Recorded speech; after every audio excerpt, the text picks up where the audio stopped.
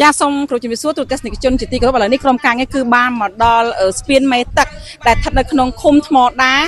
ស្រុកវាវែងខេត្តពោធិ៍សាត់ដោយទូទេសនិកជនបានជ្រាបការពីព្រឹកមិញអញ្ចឹងគឺថានៅស្ពាននេះត្រូវបានយោធាថៃ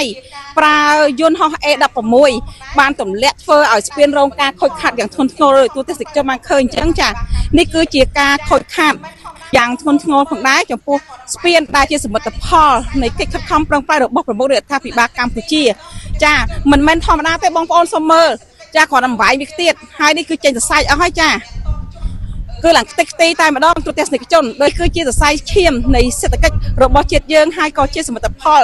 សម្រាប់តបជាប់ក្នុងការធ្វើដំណើររបស់ប្រជាពលរដ្ឋកម្ពុជាជាពិសេសគឺបងប្អូនប្រជាពលរដ្ឋនៅក្នុងទឹកដីនៃខេត្តពោធិ៍សាត់ឆ្ពោះទៅខេត្តកោះកុង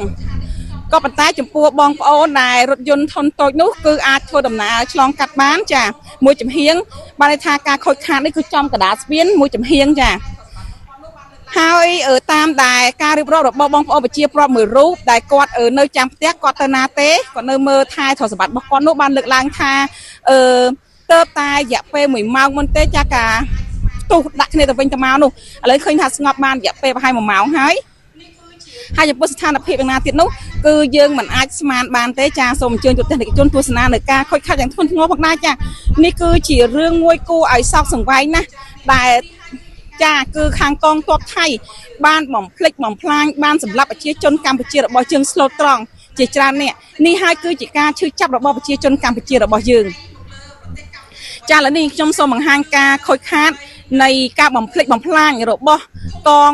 យោធាថៃមកលើប្រទេសកម្ពុជារបស់យើងជាពិសេសគឺនៅទឹកដីនៃឃុំថ្មដាស្រុកវាវែងខេត្តពោធិ៍សាត់កាលពីព្រឹកមិញនេះចា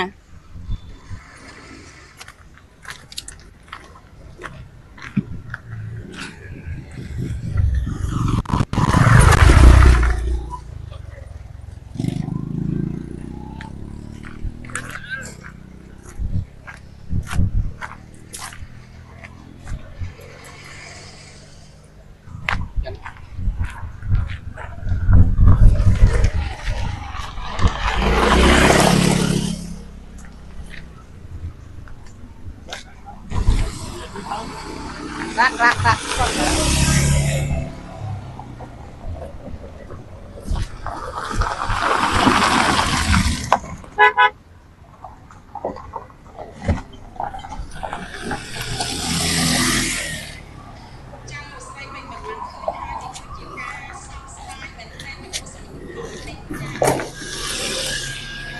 ចាលោកស្រីប្រិមិត្តបានឃើញហើយនេះគឺជាការសោកស្ដាយមែនទែនចំពោះសមិទ្ធផលនេះចាហើយបាននិយាយទៅគឺយើងពិតជាមានការឈឺចាប់ខ្លាំងមែនទែនហើយទឹកដីនេះក៏នៅតែជាតំបន់ក្តៅដែលមានការយាយីឈ្លានពានពីចៅសៀមផងដែរចាទូទេសនិកជនឥឡូវនេះខ្ញុំសូមបង្ហាញជូនអំពីភាពខូចខាតនៅលើស្ពានមេទឹកដែលស្ថិតនៅក្នុងឃុំថ្មដាស្រុកវាវែងខេត្តពោធិ៍សាត់តែប៉ុណ្ណេះហើយក្រុមការងាររបស់យើងខ្ញុំក៏នឹងបន្តដំណើរទៅមុខទៀតឆ្ពោះទៅកាន់ខេត្តកោះកុងវិញម្ដងដូច្នេះសូមអរគុណសូមជម្រាបលា